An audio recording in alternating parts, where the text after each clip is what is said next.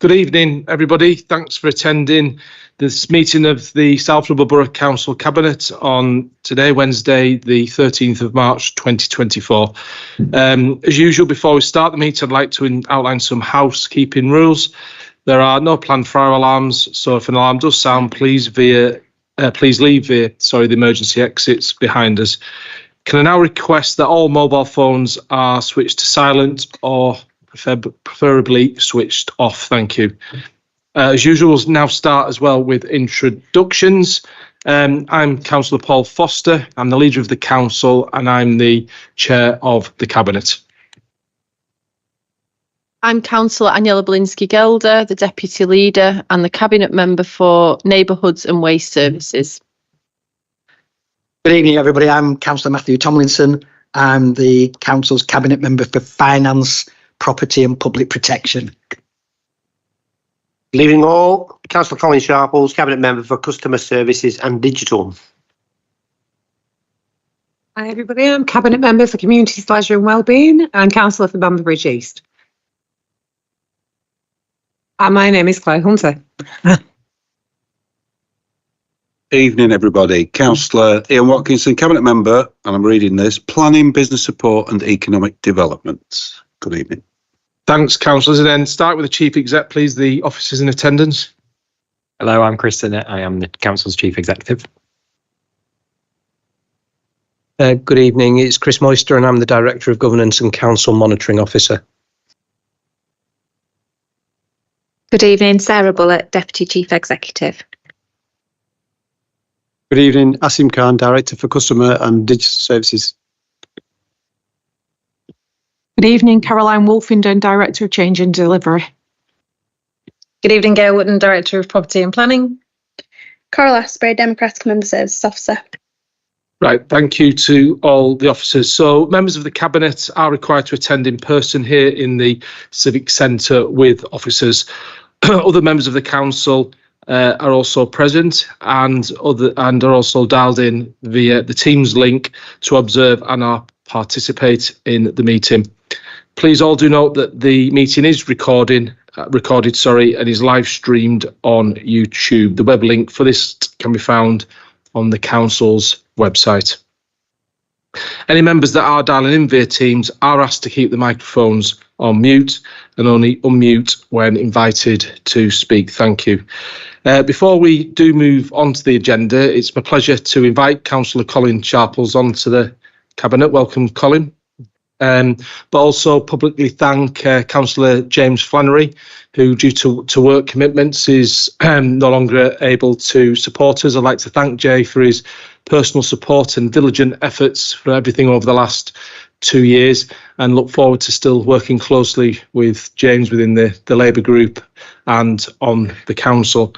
And finally, Councillor Jackie Alty has submitted her apologies for tonight, and we send our best wishes to Jackie and her husband Kev, who's just gone through a serious operation, and we hope he gets better really soon, and send all our best to Jackie and her family. So moving on, the apologies we've received are Councillor Jacqueline Alty. Agenda item 2, declarations of interest. If a member has a pecuniary interest, they're requested to leave the meeting completely. The member can rejoin the meeting following the completion of the item in question. Do any members of the cabinet have any additional declarations of interest? No, thank you. Agenda item 3, the minutes of the last meeting. I have in front of me the minutes of the last meeting for approval. Are there any points of accuracy within the minutes or points of clarification from any members of the cabinet? No. Any members not on cabinet have any questions? No. Okay, I'm going to propose that these minutes are approved. Is that seconded, please? Seconded. Okay, we're required to vote on this, please, cabinet colleagues. Okay, the minutes are accepted unanimously. Agenda item 4 is a standing item, which is the Cabinet Forward Plan, which members are aware is accessible via the web link on the iPads within ModGov. This is updated at least monthly with all our a list of the decisions that we've made and our workload moving forward over the next few months. Do any members of the Cabinet have any questions or points they wish to raise about our Cabinet forward plan? No. Any members not on Cabinet? No. We are asked to note this report and therefore it is duly noted.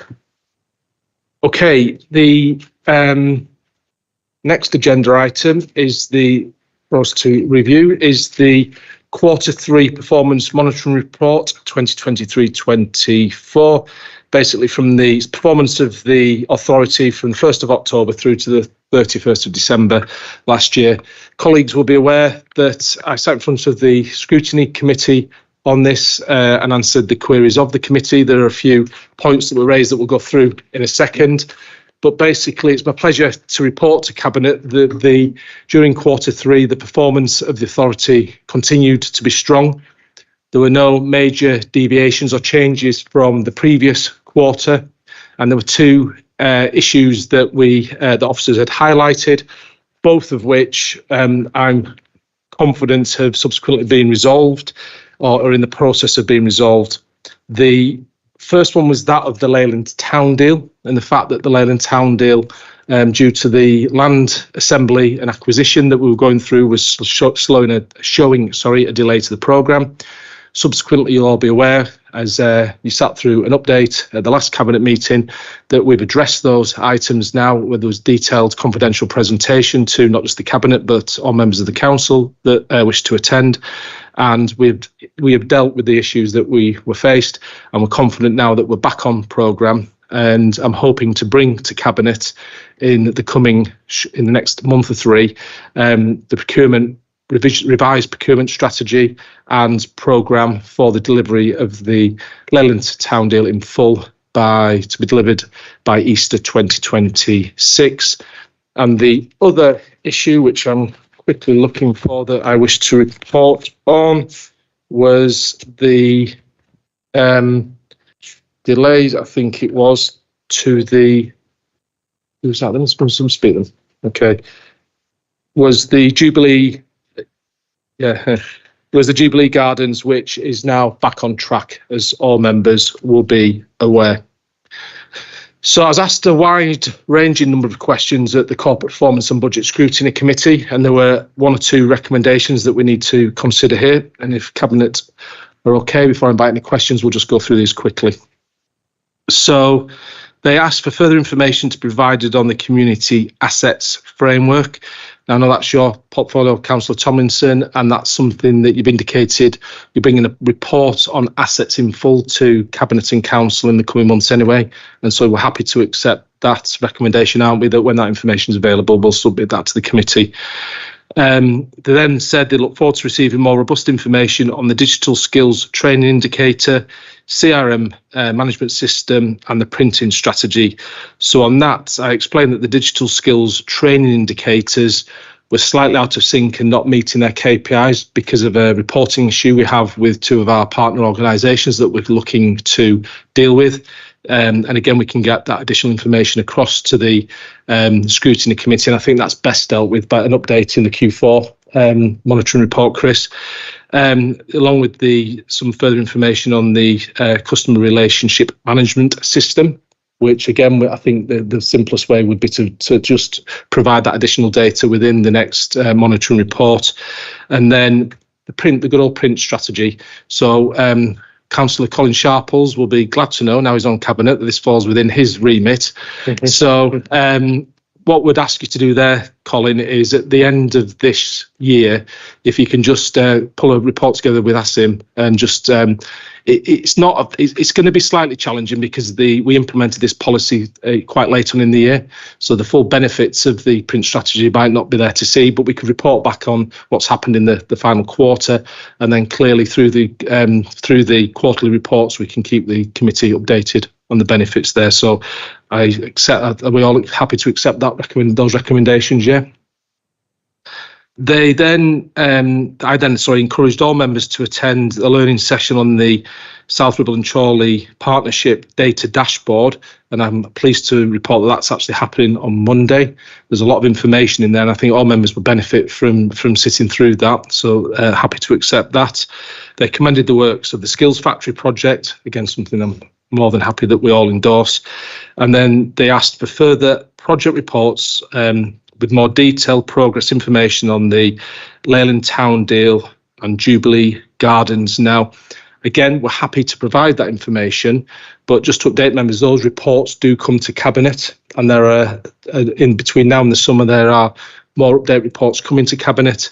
I think the most appropriate way to deal with this is accept the recommendation, but we'll do it through due process. When we receive the reports, update reports, we can then take them to the Scrutiny Committee, and the Scrutiny Committee can ask any additional questions that they wish.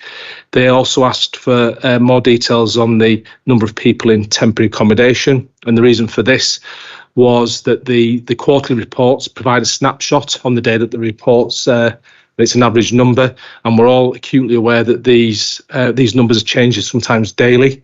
And so what we're going to ask, Chris, is in the next quarterly report if we can give some more detail of either weekly or average weekly number of people that are in temporary accommodation, rather than just a snapshot against the KPI that we're currently reporting. And why that's important, and why I think it's important for the Scrutiny Committee to look at this with us, is I'd like to fully understand that any trends, whether they're seasonal, whether the trend is still up, whether the trend's coming down.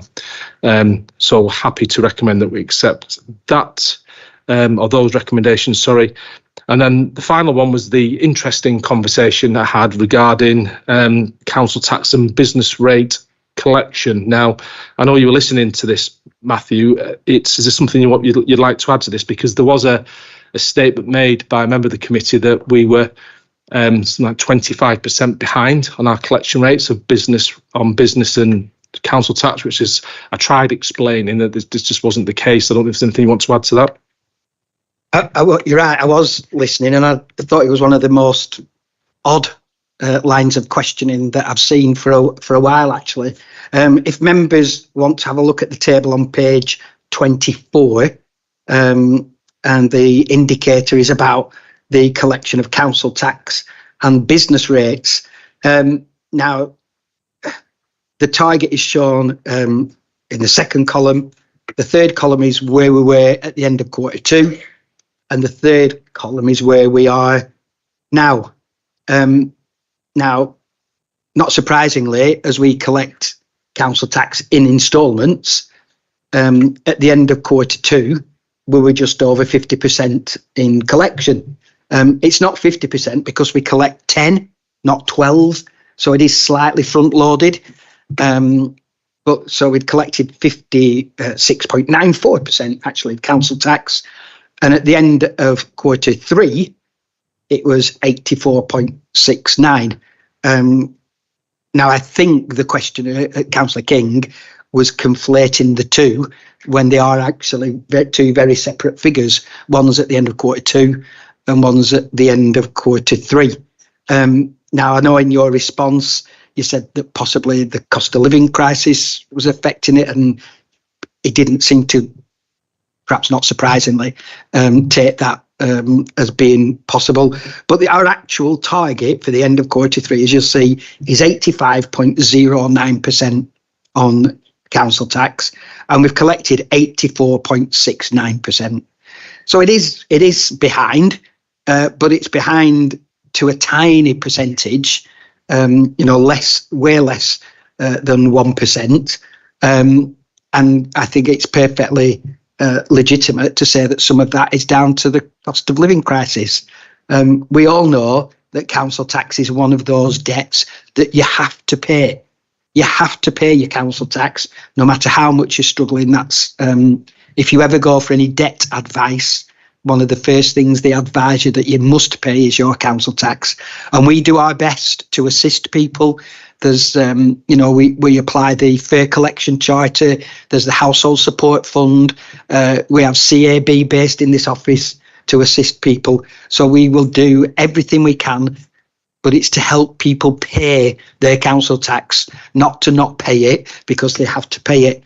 I mean, the figure is not far behind target at all, but it's not surprising that it is a tiny bit behind target. And I think when we move on to the business rates, Councillor King was saying exactly the same thing.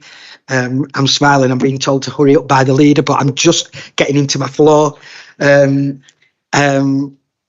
On business rates, it's a very, very similar picture, actually. The target is 81.2% and we've collected 80.89%. So again, way less than 1% behind. And I did listen, and it was part of the meeting that I was listening to with some interest.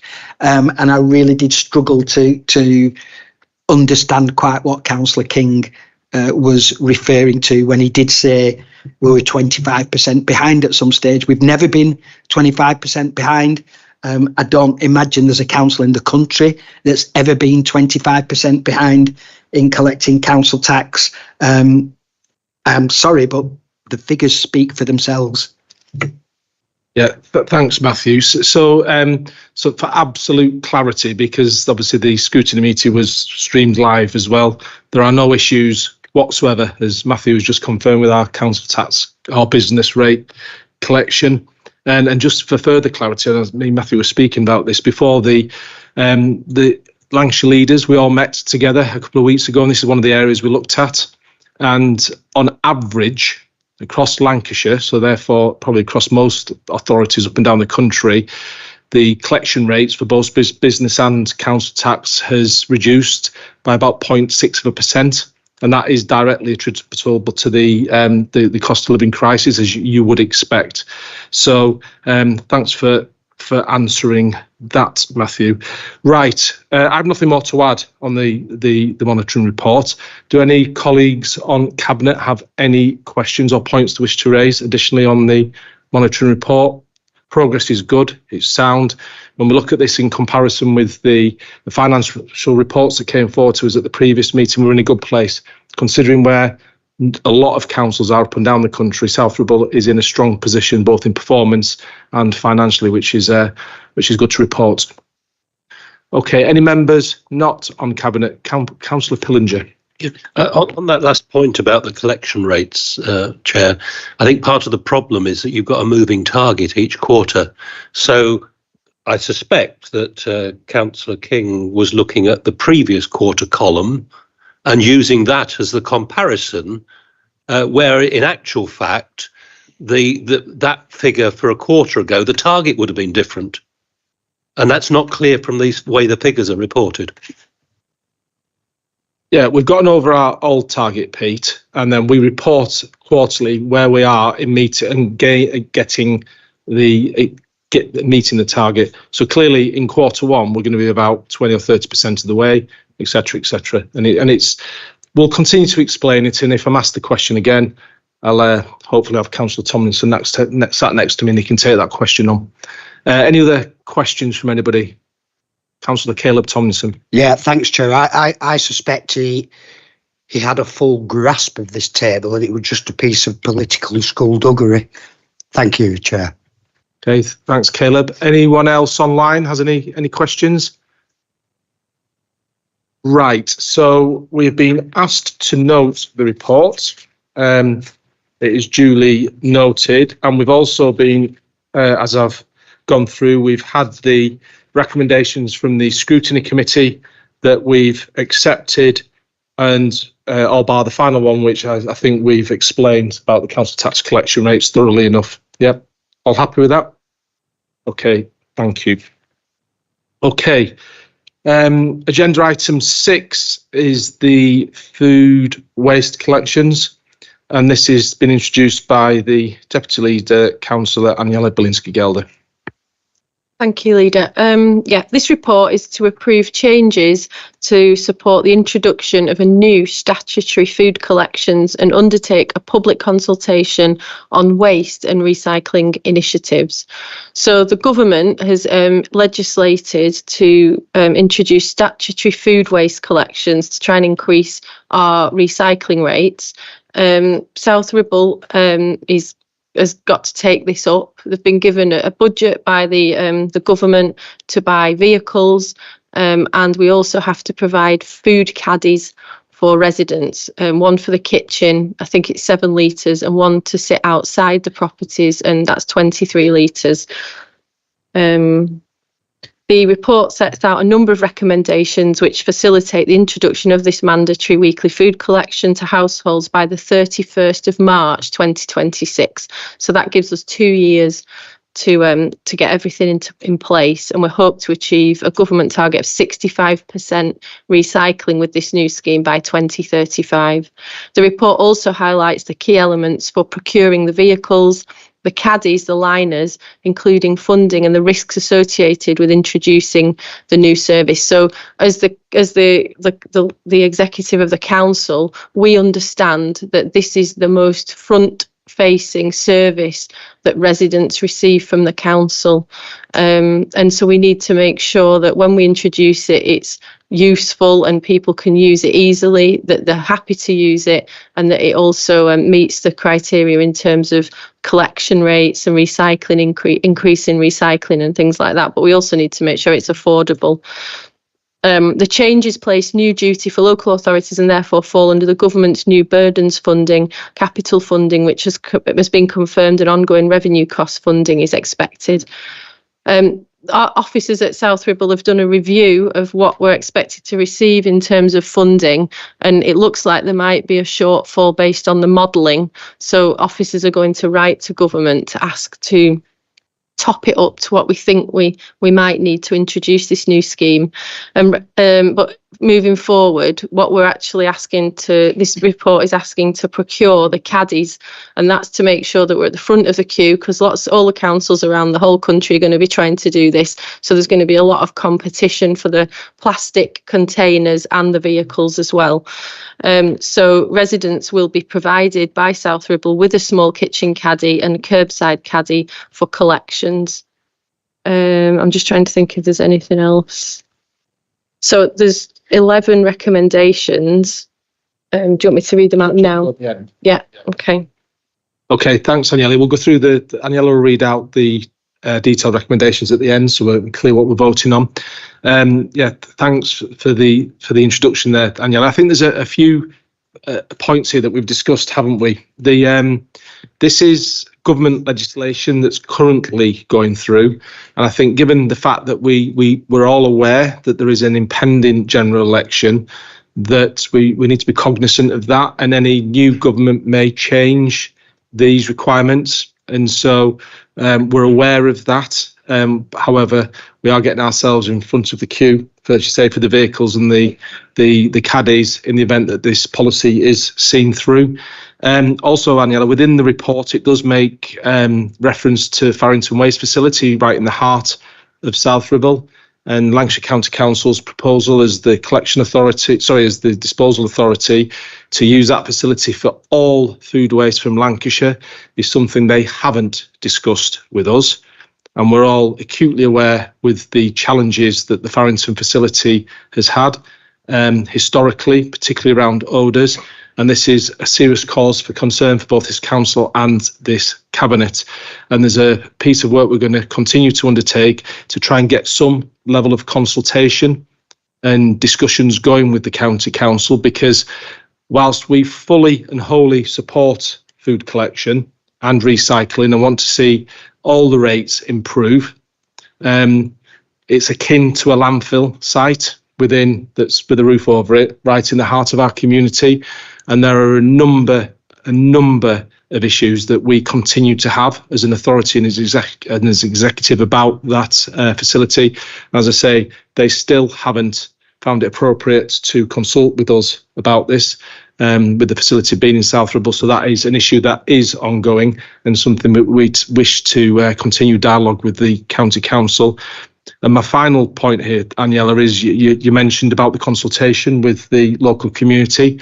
And I genuinely think this is one of the biggest, most detailed consultations that we'll undertake as a local authority, because it's so critically important, because the service works and it works well at the moment. And we need to ensure that the service moving forward works even better, don't we? So we look forward to you bringing forward later on in the year the proposals for the consultation. I think, as you said earlier as well, we're relying here on our residents to tell us as well what's best, and then we need to listen to our residents. So do you want to add anything to that? Okay, any questions from members of Cabinet on this paper for Aniela? Matthew. Thanks. I noticed in the report it talks about the capital funding, 861,000, which the Cabinet members already said is probably not going to be enough. What a surprise. I think it's the revenue funding that concerns me most, because this means every house will have a collection every week of the food waste. It's bound to be more complicated. We'll have to take on more staff, more vehicles, and it's all right getting a grant to buy the vehicle, but then staffing it and running the vehicle will just add to our costs. And so we need to be really clear as we get nearer the time how much this is going to cost and where the money's going to come from. Yeah, so there is, I think there's 3 parts to the payment. There's a revenue, capital and all that. I think Asim knows the details. He's happy to answer that. Yeah, just to confirm that there are 3 phases of funding from government, new burdens funding. The first is capital, which is provided to purchase caddies, liners and the vehicles. That is currently, as the report suggests, it is probably underestimated based on the initial modelling that we've undertaken. The second phase is to onboard the service and market it and promote it. And then the third phase will cover revenue costs for the operational day-to-day activity, ongoing maintenance and repairs of the vehicles, and also some element in relation to housing those vehicles at the depot. Thanks, Asim. Yeah, as I say, there's 2 years until this policy is implemented, and so I think I can say with quite a lot of assurance that something will change on this. I'm quite confident that that's the case, but at least we're ready for it as well, whichever way that may go. Okay, any other members of Cabinet have any questions for Aniela?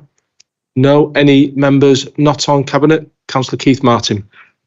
Thank you, Chair. It's more an observation, really. I mean, if we're going to have every authority delivering to Farrington, I mean, we work really hard to promote a clean borough, and we're trying to reduce our carbon footprint, and this isn't going to help. The other issue I have is any methane. If they're going to collect methane for fuel, that has to be a very tight system, and it's one of the worst greenhouse gases known to us at the moment. So I think we need some assurance that this, because I don't understand why they're not using the Thornton plant because to travel all the way, say, from Silverdale to Farrington, that's like a 2.5 hour round trip. And if they're sitting there waiting as well, it means they're going to be sitting there in the winter with engines running and all sorts. So I think we need to get a lot of assurances from Lancashire County Council about how they're going to offset all this carbon that they're going to be pumping into our atmosphere. Yeah, I'd like any discussion with Lancashire County Council about it, Keith, if I'm being bluntly honest with you, because you're right. And where those vehicles, so all the vehicles every day from the entire county are also coming into the singularly most congested area of South Ribble, if you remember. So there's lots of issues here, and I know it's something that our officers are looking through the historic planning consent as well, because again, that plant's been there for about 15 years, maybe longer, nearly 20, and clearly there's been some material changes to the highway network, and a number of material changes that have changed since the initial consent was granted. So we're looking through all these things, Keith, and there will have to be some very detailed dialogue before this proceeds. Okay, any other questions from members not on Cabinet? No, good. Right, we'll bring it back in. Aniela, do you mind going through, please, the individual recommendations that you're proposing? No, that's fine. So the first recommendation to Cabinet is to introduce statutory weekly food waste collections to all properties across South Ribble by the 31st of March 2026. To proceed, not procure, non-vented food waste caddies and liners via public sector frameworks and further competition tender exercise. Proceed to procure specialised food waste collection vehicles via public sector frameworks and further competition tender exercise. to agree the tender evaluation criteria for food waste containers and collection vehicles based on 80% and a 20% quality ratio. 80% cost, and 20% quality ratio. Delegate to the Executive Member for Finance and Public Protection the authority to approve the award of contracts to the winning bidders. To undertake an options modelling exercise to ensure the waste and recycling services is fully reviewed and achieves the Council's environmental and fiscal priorities through improvements to collection rounds and frequencies. To undertake public consultation exercise on options for waste collection service delivery more widely. To present, and finally, to present a further report for approval to capital budgets for this project, including a decision on the operating model and any improvements to existing service delivery. And I do think, just given the conversation that we've just had, I think it's worth saying that there has been options to reject and not consider this, because it's a central government thing, and the report says to not introduce separate weekly food waste collections would be a breach of the statutory duties imposed by the Environment Protection Act 1990. So we have to do it. Okay, Aniela has made those detailed recommendations. I'm happy to second them. All those in favour? Thank you. That's unanimous, and that's actually the end of the Cabinet meeting this evening. Thank you all for attending.